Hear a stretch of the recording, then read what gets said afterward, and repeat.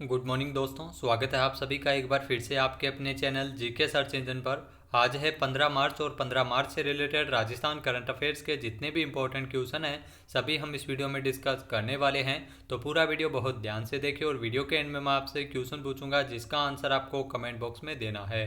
कल के वीडियो में मैंने आपसे क्वेश्चन पूछा था जो था हाल ही में राजस्थान में किसके द्वारा जयपुर दांडी मार्च की 91वीं वर्षगांठ के अवसर पर पद यात्रा को हरी झंडी दिखाकर रवाना किया गया था। तो इसका सही आंसर आपको कमेंट बॉक्स में देना था।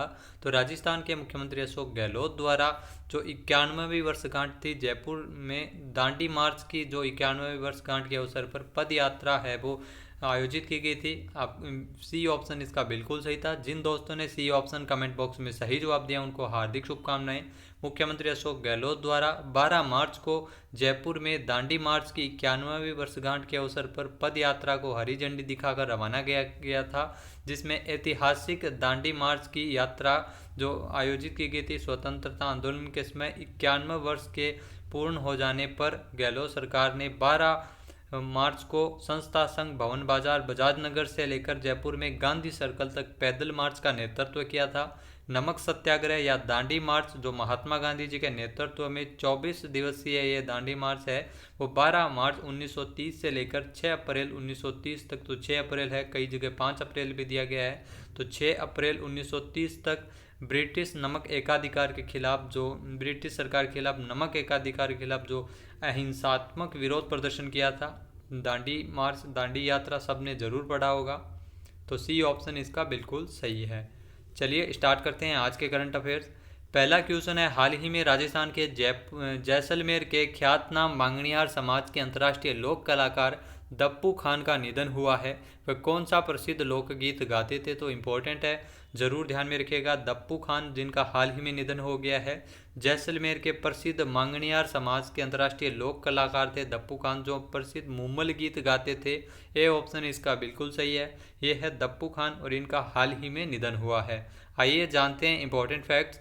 तो राजस्थान के जैसलमेर के जो ख्यातनाम मांगणियार समाज के अंतर्राष्ट्रीय लोक कलाकार दप्पू खान का 13 मार्च को निधन हो गया है। जणकली गांव के मूल निवासी है दप्पू खान, जिनको दिल का दौरा पड़ने से इनका निधन हुआ है। आपको बता दें कि दप्पू खान है वो हर दिन जैसलमेर के किले में रानी के महल में बैठते थे और वाद्य यंत्र कमायचा के द्वारा पूरे विश्व के पर्यटकों को मुम्मल गीत सुनाते थे। तो इम्पोर्टेंट है, मुम्मल है वो जैसलमेर का प्रसिद्ध गीत है, जैसलमेर का प्रसिद्ध श्रृंगारिक एवं विरह गीत है, जिसमें लोदरवा की राजकुमारी मुम्मल की नक से लेकर शिखा तक सुंदरता का वर्णन किया जाता है। तो ये भी क्वेश्चन पूछा जाता है। मुम्मल है वो जैसलमेर क्षेत्र में गाया जाने वाला गीत है और इन आपको बता दें कि जो दप्पू खान है वो मुम्मल गीत गाते थे, जिनका 13 मार्च को हाल ही में निधन हुआ है। दप्पू खान को जिन्होंने संयुक्त राज्य अमेरिका के तत्कालीन राष्ट्रपति बिल क्लिंटन के लिए भी व्हाइट हाउस में भी गया था, जो कुछ साल पहले जोधपुर आए थे। दूसरा क्वेश्चन है, हाल ही में राजस्थानी बाल साहित्य पुरस्कार डॉक्टर मंगत बादल को दिया जाएगा। इनका संबंध राजस्थान के किस जिले से है? तो राजस्थानी बाल साहित्य पुरस्कार के लिए डॉक्टर मंगत बादल को चुना गया है, जिसका संबंध है वो राजस्थान के गंगानगर से है। सी ऑप्शन इसका बिल्कुल सही है। आइए जानते हैं इंपॉर्टेंट फैक्ट्स। तो राजस्थानी बाल साहित्य पुरस्कार है वो दिया जाता है, जिसमें राजस्थान के साहित्यकार डॉक्टर मंगत बादल को यह पुरस्कार है वो दिया जाएगा। इनको यह पुरस्कार इनकी काव्य रचना कुदरत रो न्याव के लिए दिया जाएगा। इनका संबंध है वो राजस्थान के रायसी नगर गंगानगर से है। डॉक्टर मंगत बादल केंद्रीय साहित्य अकादमी नई दिल्ली की ओर से हर साल राजस्थानी भाषा के लिए राजस्थानी बाल साहित्य पुरस्कार है वो दिया जाता है, जिसमें डॉक्टर मंगत बादल को अनेक पुरस्कार एवं सम्मान इसके अलावा मिल चुके हैं। इनको राजस्थानी भाषा साहित्य संस्कृति अकादमी का सर्वोच्च पुरस्कार सूर्यमल मिश्रण पुरस्कार भी मिल चुका है। कई अनेक पुरस्कार इनको मिले हैं।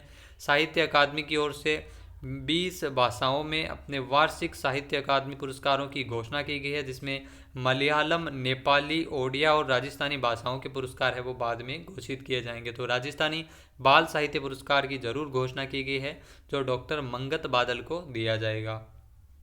नेक्स्ट है, हाल ही में राजस्थान के कितने जिलों में Rajasthan state seed and organic certification agency के उप केंद्र खोले जाएंगे? तो राजस्थान के 6 जिलों में Rajasthan state seed and organic certification agency के उप केंद्र है वो खोले जाएंगे। बी ऑप्शन इसका बिल्कुल सही है। आइए जानते हैं इंपॉर्टेंट फैक्ट्स।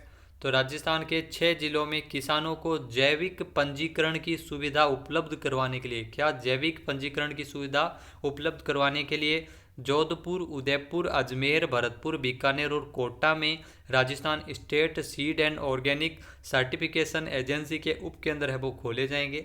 इसमें आपको बता दें कि एकल कृषकों को जैविक खेती के प्रमाणीकरण में शुल्क में भी 75% की छूट की जानी भी प्रस्तावित है। मुख्यमंत्री अशोक गहलोत द्वारा ये घोषणा बजट में की गई थी। राजस्थान के 6 जिलों में जो Rajasthan state seed and organic certification agency के उपकेंद्र खोले जाएंगे।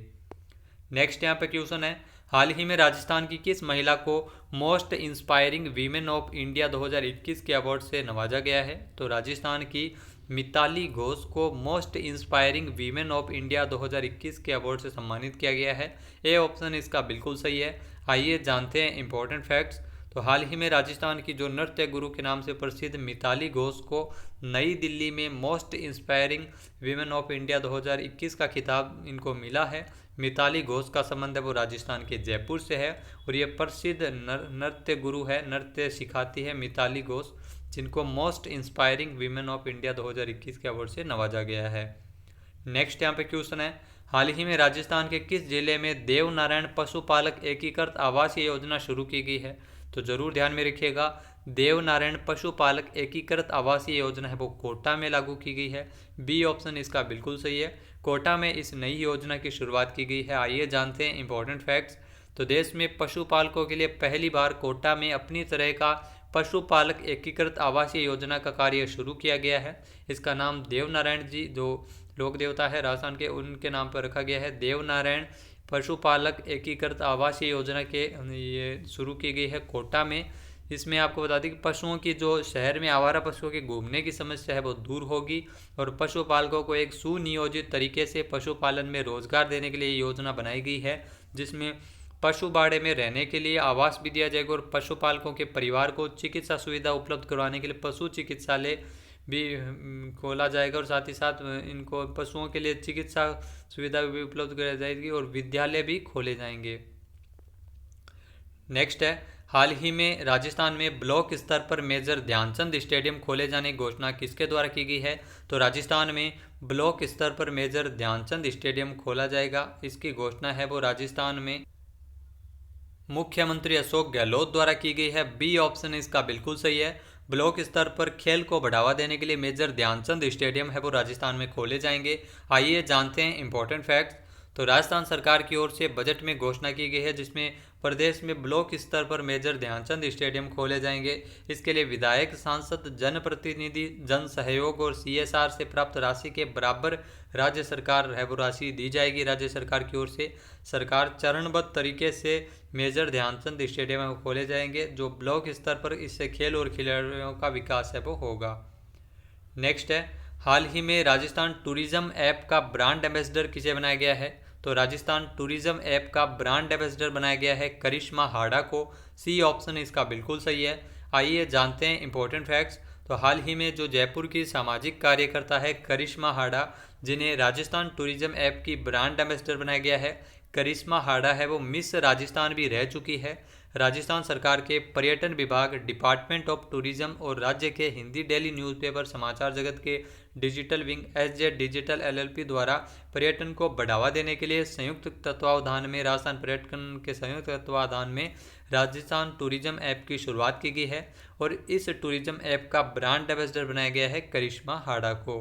आपको बता दें कि राजस्थान टूरिज्म ऐप की सहायता से आप राजस्थान के टूरिस्ट डेस्टिनेशन, टूर पैकेज और इंटरेस्टिंग पैलेस और रेस्टोरेंट के भी बारे में जानकारी हासिल कर सकते हैं। नेक्स्ट यहाँ पे क्वेश्चन है, हाल ही में राजस्थान के कितने स्थलों को स्वच्छ आइकॉनिक स्थल के रूप में चुना गया है? तो हाल ही में राजस्थान के 3 स्थलों को स्वच्छ आइकॉनिक स्थल के रूप में चुना गया है। ए ऑप्शन इसका बिल्कुल सही है। आइए जानते हैं इंपॉर्टेंट फैक्ट्स। तो जल शक्ति मंत्रालय की ओर से स्वच्छ आइकॉनिक स्थल के चौथे चरण के तहत 12 प्रतिष्ठित आइकॉनिक स्थलों का चयन किया गया, जिसमें राजस्थान के 3 स्थल है वो शामिल है, जिसमें राजस्थान के कुंभलगढ़ जो राजसमंद में स्थित है, कुंभलगढ़ का किले को चुना गया है। जैसलमेर के किले को भी शामिल किया गया है स्वच्छ आइकॉनिक स्थल के रूप में और इसके अलावा जैसलमेर में रामदेवरा का भी चयन किया गया है। रामदेवरा, जहां लोक देवता बाबा रामदेव जी की समाधि स्थल स्थित है और मेला भी भरता है। तो रामदेवरा, कुंभलगढ़ और जैसलमेर के किले को शामिल किया गया है स्वच्छ आइकॉनिक स्थल के रूप में। स्वच्छ आइकॉनिक स्थल जो स्वच्छ भारत मिशन ग्रामीण के तहत एक पहल है जो जल शक्ति मंत्रालय के पेयजल एवं स्वच्छता विभाग की ओर से आइकॉनिक स्थलों का चयन किया गया है। इन स्थलों का चयन करने के पीछे उद्देश्य पर्यटन स्थलों की स्वच्छता मानकों में सुधार करना और देश में पर्यटन को बढ़ावा देना है। नेक्स्ट यहाँ पे क्वेश्चन है, हाल ही में मनरेगा योजना के तहत रोजगार देने के मामले में कौन सा राज्य देश में पहले स्थान पर है? तो मनरेगा योजना के तहत रोजगार देने के मामले में हाल ही में छत्तीसगढ़ पहले स्थान पर रहा है। सी ऑप्शन इसका बिल्कुल सही है। आइए जानते हैं इंपॉर्टेंट फैक्ट्स। तो मनरेगा यानी महात्मा गांधी राष्ट्रीय ग्रामीण रोजगार गारंटी अधिनियम के तहत जो रोजगार देने के मामले में छत्तीसगढ़ को देश में पहला स्थान मिला है।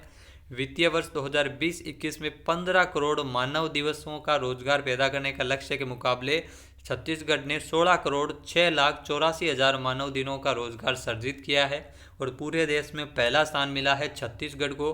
दूसरा स्थान है वो पश्चिम बंगाल को मिला है और तीसरा स्थान है असम और तीसरा स्थान है वो असम और बिहार को संयुक्त रूप से प्राप्त हुआ है।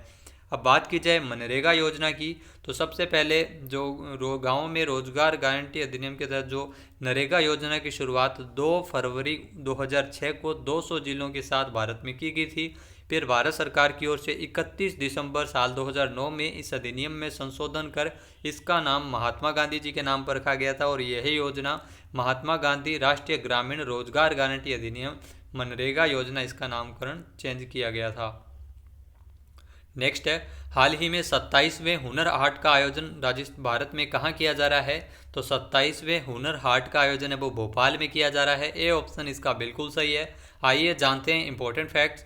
तो 27वें हुनर हाट का आयोजन है वो 12 मार्च 2021 में भोपाल के मध्य प्रदेश में इसका आयोजन है वो किया जा रहा है और यह 21 मार्च 2021 तक चलेगा। वोकल फॉर लोकल के विषय के साथ ये हुनर हाट है जिसका आयोजन है वो मध्य प्रदेश के भोपाल में किया जा रहा है। इसके अलावा इस हुनर हाट में आंध्र प्रदेश, अरुणाचल प्रदेश, असम, बिहार, चंडीगढ़, छत्तीसगढ़, दिल्ली, गोवा, गुजरात, हरियाणा आदि के प्रसिद्ध कलाकार अपनी बिक्री और प्रदर्शनी के लिए जो अपने उत्पादों की प्रदर्शनी और बिक्री के लिए दुर्लभ, सुंदर और शानदार स्वदेशी हस्त निर्मित उत्पादों की प्रदर्शनी है वो यहाँ पर की जा रही है। तो वोकल फॉर लोकल, वोकल के लिए लोकल के विषय के साथ ये आयोजित किया जा रहा है हुनर हाट 12 मार्च से भोपाल मध्य प्रदेश में। अब बात कर लेते हैं आज के हमारे क्विज की। तो आज का हमारा क्विज है, हाल ही में किस राज्य सरकार द्वारा बेघर उत्थान एवं पुनर्वास नीति 2021 लागू की जाएगी? एक बार फिर से सुनिएगा, किस राज्य सरकार ने घोषणा की है कि बेघर और उत्थान एवं पुनर्वास नीति 2021 लागू की जाएगी? इसका सही आंसर आपको कमेंट बॉक्स में देना है। और अगर ये वीडियो आपको पसंद आए तो इसे लाइक और शेयर जरूर करें, साथ ही साथ हमारे चैनल को भी जरूर सब्सक्राइब करें। इस वीडियो की PDF फाइल आप वीडियो के टेलीग्राम ग्रुप से डाउनलोड कर सकते हैं और उसके बाद वीडियो के डिस्क्रिप्शन बॉक्स से डाउनलोड कर सकते हैं। वीडियो कैसा लगा कमेंट बॉक्स में ज़रूर बताएं। वीडियो को ज़्यादा से ज़्यादा शेयर करें, लाइक करें। वीडियो देखने के लिए धन्यवाद। जय हिंद, जय भारत, जय राजस्थान।